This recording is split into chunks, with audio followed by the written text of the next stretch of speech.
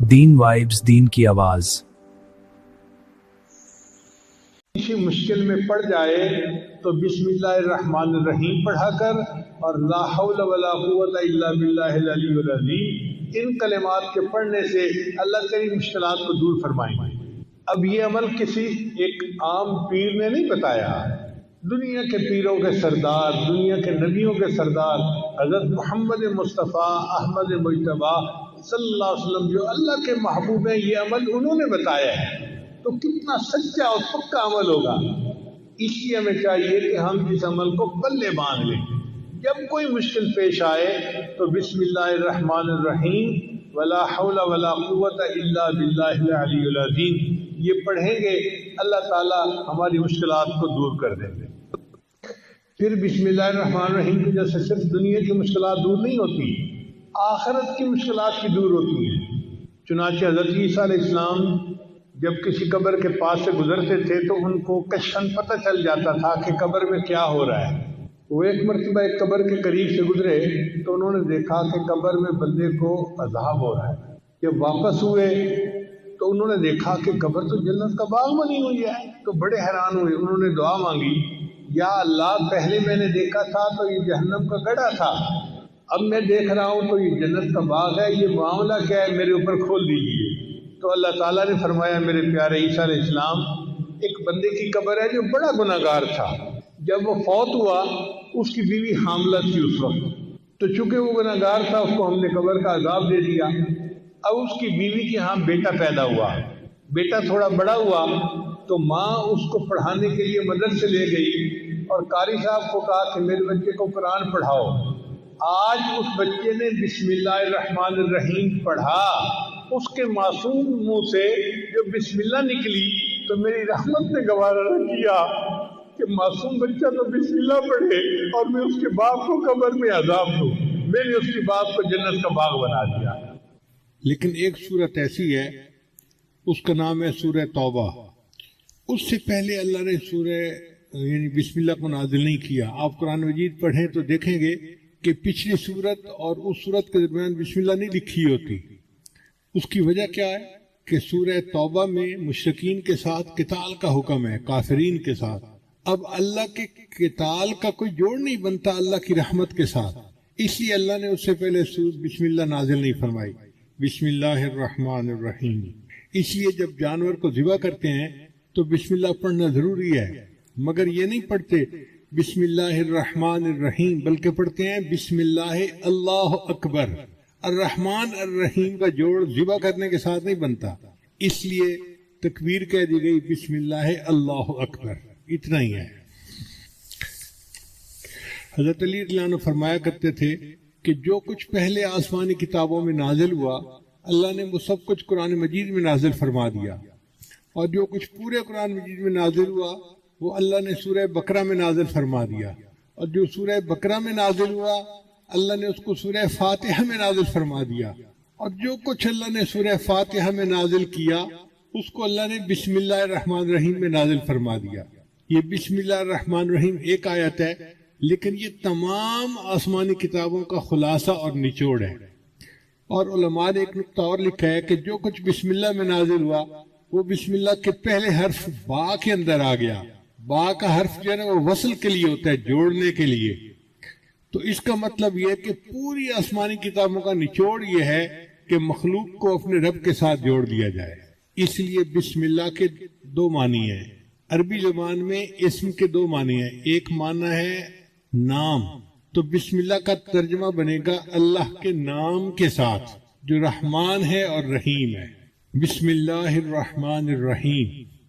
اور ایک اسم کا مطلب عربی زبان میں برکت بھی ہے، تو بسم اللہ کا ترجمہ بنے گا اللہ کی برکت کے ساتھ۔ ہمیں یاد ہے کہ ہمارے گھر میں جو بڑی بڑی عورتیں تھیں نا پرانے زمانے کی، وہ اٹھتے بیٹھتے اللہ دی برکت نال، اللہ دی برکت نال، یہ لفظ بہت پڑھتی تھی۔ چھوٹے تھے ہمیں اس بات کی سمجھ نہیں تھی، اب سمجھ میں آتی ہے۔ اصل میں وہ بسم اللہ کا ترجمہ پڑھا کرتی تھی، اللہ کی برکت کے ساتھ بسم اللہ کہتی تھی ہر کام سے پہلے۔ ان کی زبانیں بسم اللہ سے رطب اللسان بالکل تر رہتی تھی، ہر وقت اٹھتے بیٹھتے کرتے پھرتے ہر وقت بسم اللہ بسم اللہ بسم اللہ۔ ایک نقطہ اور ذہن میں رکھیے کہ قرآن مجید تو پاک بندہ پڑھ سکتا ہے، اگر کسی پر غسل فرض ہو جیسے جنبی بندہ ہوتا ہے تو وہ قرآن مجید کی تلاوت نہیں کر سکتا، یا عورت حیض کے ایام میں قرآن مجید کی تلاوت نہیں کر سکتی، لیکن فقہا نے لکھا ہے کہ بسم اللہ پڑھ سکتے ہیں۔ کتنی عجیب بات ہے کہ بسم اللہ الرحمن الرحیم وہ قرآن کی آیت ہے مگر اس کو پڑھا جا سکتا ہے۔ تو ایک خاتون تھی امرا فرغانیہ، ایک وادی ہے اس کا نام ہے فرغانہ وادی، اس میں بڑے علماء ہوئے ہیں، اندجان مرغنان یہ وہاں کے شہر ہیں۔ ہدایہ جنہوں نے لکھی قاضی برہان الدین المرغنانی رحمۃ اللہ، یہ بھی وہیں سے تھے۔ تو امرا فرغانیہ سے کسی نے پوچھا کہ کیا وجہ ہے کہ عورت حیض کے دنوں میں قرآن مجید کی تلاوت تو نہیں کر سکتی، لیکن اگر وہ بسم اللہ پڑھنا چاہے تو بسم اللہ پڑھ سکتی ہے؟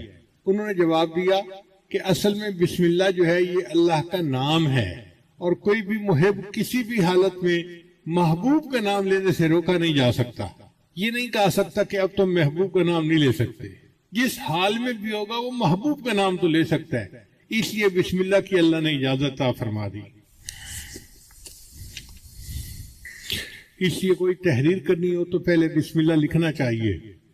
حدیث مبارکہ میں انس سے اس کے راوی ہیں کہ من کتب بسم اللہ الرحمن الرحیم تعظیما للہ غفر اللہ لہ، کہ جو بسم اللہ الرحمن الرحیم اللہ کے نام کی تعظیم کی وجہ سے اس کو لکھ لیتا ہے اپنی عبارت سے پہلے، اللہ اس پر اس کے گناہوں کی بخشش فرما دیتے ہیں۔ ابو ہریرہ روایت کرتے ہیں، یہ در منصور کی روایت ہے، قال رسول اللہ صلی اللہ علیہ وسلم کہ نبی علیہ السلام نے ارشاد فرمایا، کل امر ذی بال لا یبدأ فیہ بسم اللہ الرحمن الرحیم اقطع، کہ ہر اچھا کام جو بسم اللہ کے بغیر شروع کیا جائے تو وہ برکت سے خالی ہو جاتا ہے اچھا کام، لیکن بسم اللہ نہیں پڑھی اب اس میں برکت ختم ہو گئی۔ بسم اللہ کی عظمت کا اندازہ اس سے لگائیں کہ کتا ایک نجس جانور ہے۔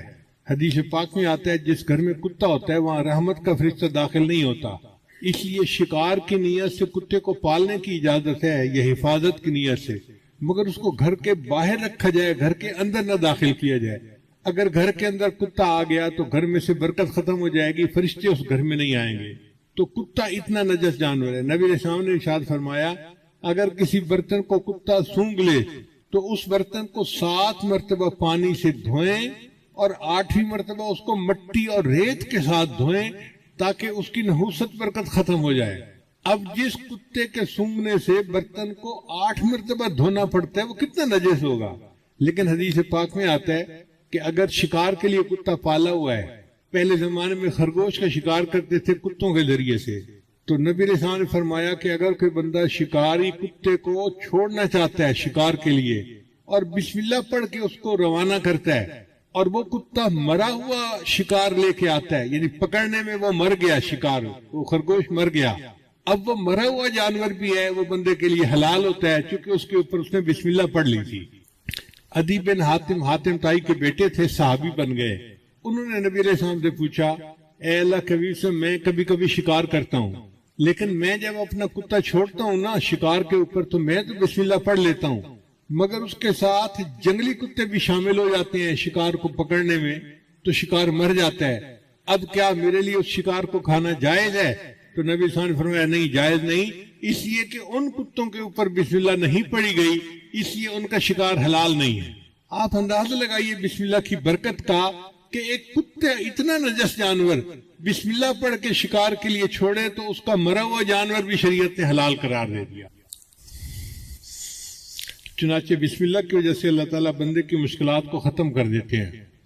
حضور صلی اللہ علیہ وسلم نے حضرت علی عنہ کو فرمایا، الا اعلمک بکلمات اذا وقت فی ورطۃ قلتها، اے علی میں آپ کو کچھ کلمات نہ سکھاؤں کہ جب تم مشکل میں پڑ جاؤ تو ان کلمات کو پڑھ لیا کرو؟ قال بلا، عرض کیا اللہ کے حبیب صلی اللہ علیہ وسلم آپ مجھے ضرور سکھائیے۔ تو نبی علیہ السلام نے فرمایا کہ جب تو کسی مشکل میں پڑ جائے فقال بسم اللہ الرحمن الرحیم ولا حول ولا قوت الا باللہ العلی العظیم، جب بھی تو کسی مشکل میں پڑ جائے تو بسم اللہ الرحمن الرحیم پڑھا کر اور لا حول ولا قوت الا باللہ العلی العظیم ان کلمات کے پڑھنے سے اللہ تیری مشکلات کو دور فرمائیں گے۔ اب یہ عمل کسی ایک عام پیر نے نہیں بتایا، دنیا کے پیروں کے سردار، دنیا کے نبیوں کے سردار حضرت محمد مصطفیٰ احمد مجتبیٰ صلی اللہ علیہ وسلم جو اللہ کے محبوب ہیں، یہ عمل انہوں نے بتایا ہے، تو کتنا سچا اور پکا عمل ہوگا۔ اس لیے ہمیں چاہیے کہ ہم اس عمل کو پلے باندھ لیں، جب کوئی مشکل پیش آئے تو بسم اللہ الرحمن الرحیم ولا حول ولا قوت الا باللہ العلی العظیم یہ پڑھیں گے، اللہ تعالی ہماری مشکلات کو دور کر دیں گے۔ پھر بسم اللہ الرحمن الرحیم کی وجہ سے صرف دنیا کی مشکلات دور نہیں ہوتی، آخرت کی مشکلات بھی دور ہوتی ہیں۔ چنانچہ حضرت عیسیٰ علیہ السلام جب کسی قبر کے پاس سے گزرتے تھے تو ان کو کشفاً پتہ چل جاتا تھا کہ قبر میں کیا ہو رہا ہے۔ وہ ایک مرتبہ ایک قبر کے قریب سے گزرے تو انہوں نے دیکھا کہ قبر میں بندے کو عذاب ہو رہا ہے۔ جب واپس ہوئے تو انہوں نے دیکھا کہ قبر تو جنت کا باغ بنی ہوئی ہے، تو بڑے حیران ہوئے۔ انہوں نے دعا مانگی، یا اللہ پہلے میں نے دیکھا تھا تو یہ جہنم کا گڑھا تھا، اب میں دیکھ رہا ہوں تو یہ جنت کا باغ ہے، یہ معاملہ کیا ہے، میرے اوپر کھول دیجئے۔ تو اللہ تعالیٰ نے فرمایا، میرے پیارے عیسیٰ علیہ السلام ایک بندے کی قبر ہے جو بڑا گناہگار تھا، جب وہ فوت ہوا اس کی بیوی حاملہ تھی اس وقت، تو چونکہ وہ گناہگار تھا اس کو ہم نے قبر کا عذاب دے دیا۔ اب اس کی بیوی کے ہاں بیٹا پیدا ہوا، بیٹا تھوڑا بڑا ہوا تو ماں اس کو پڑھانے کے لیے مدرسے لے گئی اور قاری صاحب کو کہا کہ میرے بچے کو قرآن پڑھاؤ۔ آج اس بچے نے بسم اللہ الرحمن الرحیم پڑھا، اس کے معصوم منہ سے جو بسم اللہ نکلی تو میری رحمت نے گوارا نہ کیا کہ معصوم بچہ تو بسم اللہ پڑھے اور میں اس کے باپ کو قبر میں عذاب دوں، میں نے اس کی باپ کو جنت کا باغ بنا دیا۔ چنانچہ حدیث پاک میں آتا ہے کہ جب کوئی بچہ بسم اللہ پڑھنا سیکھتا ہے اللہ 4 بندوں کی مغفرت فرماتے ہیں بسم اللہ سیکھنے پر۔ ایک بچے کی مغفرت ہو جاتی ہے، ایک پڑھانے والے کی مغفرت ہو جاتی ہے، اور ایک بچے کے ماں باپ ان دونوں کی مغفرت ہو جاتی ہے۔ بسم اللہ کے سیکھنے پر اللہ 4 بندوں کے گناہوں کی مغفرت فرما دیتے ہیں۔ تو اس لیے یہ بسم اللہ ہمیں صرف دنیا کی مشکلات سے ہی نہیں بلکہ قبر کے عذاب سے اور جہنم کی آگ سے بھی بچانے کا ذریعہ ہے۔ چنانچہ علماء نے لکھا ہے کہ بسم اللہ جو ہے نا یہ اسم اعظم ہے۔ حدیث پاک میں آتا ہے کہ جب کوئی دعا کی جائے اسم اعظم کے ساتھ تو اللہ تعالیٰ اس دعا کو قبول فرما لیتے ہیں۔ اب اسم اعظم کون سا ہے یہ کسی کو نہیں پتا، اللہ نے اس کو چھپا لیا، مگر امام اعظم ابو حنیفہ رحمۃ اللہ فرمایا کرتے تھے کہ اللہ تعالیٰ کا جو اسم ذات ہے نا اللہ، یہ اسم اعظم ہے۔ تو کسی نے پوچھا جی کہ آپ کے پاس دلیل کیا ہے اسم اعظم؟ تو انہوں نے فرمایا اس لیے کہ اللہ تعالیٰ نے اپنی کتاب میں سب سے پہلے جو نام نازل کیا وہ اللہ کا نام تھا۔ آپ دیکھیں اعوذ باللہ پڑھیں تو پہلا نام کون سا آتا ہے، باقی صفاتی نام بعد میں، اور ذاتی نام اعوذ باللہ من الشیطان الرجیم بسم اللہ الرحمن الرحیم، تو اللہ کا نام سب سے پہلے۔ ان کا چونکہ اللہ کا نام سب سے پہلے پڑھا جاتا ہے اس لیے یہ اسم اعظم ہے۔ ان کا جی کوئی اور دلیل دیں؟ ان کا دلیل یہ ہے کہ حدیث پاک سے ثابت ہے کہ اللہ تعالیٰ نے فرشتے کو حکم فرمایا ہوا ہے کہ جب بھی میرے کسی بندے کے نام سے میرا زبان سے میرا نام نکلے تو جب بھی تم وہ نام سنو تم قیامت کا جو سور بجانا ہے اس کو 40 سال پیچھے ہٹا دیا کرو۔ یعنی اللہ کا نام اتنی برکت والا ہے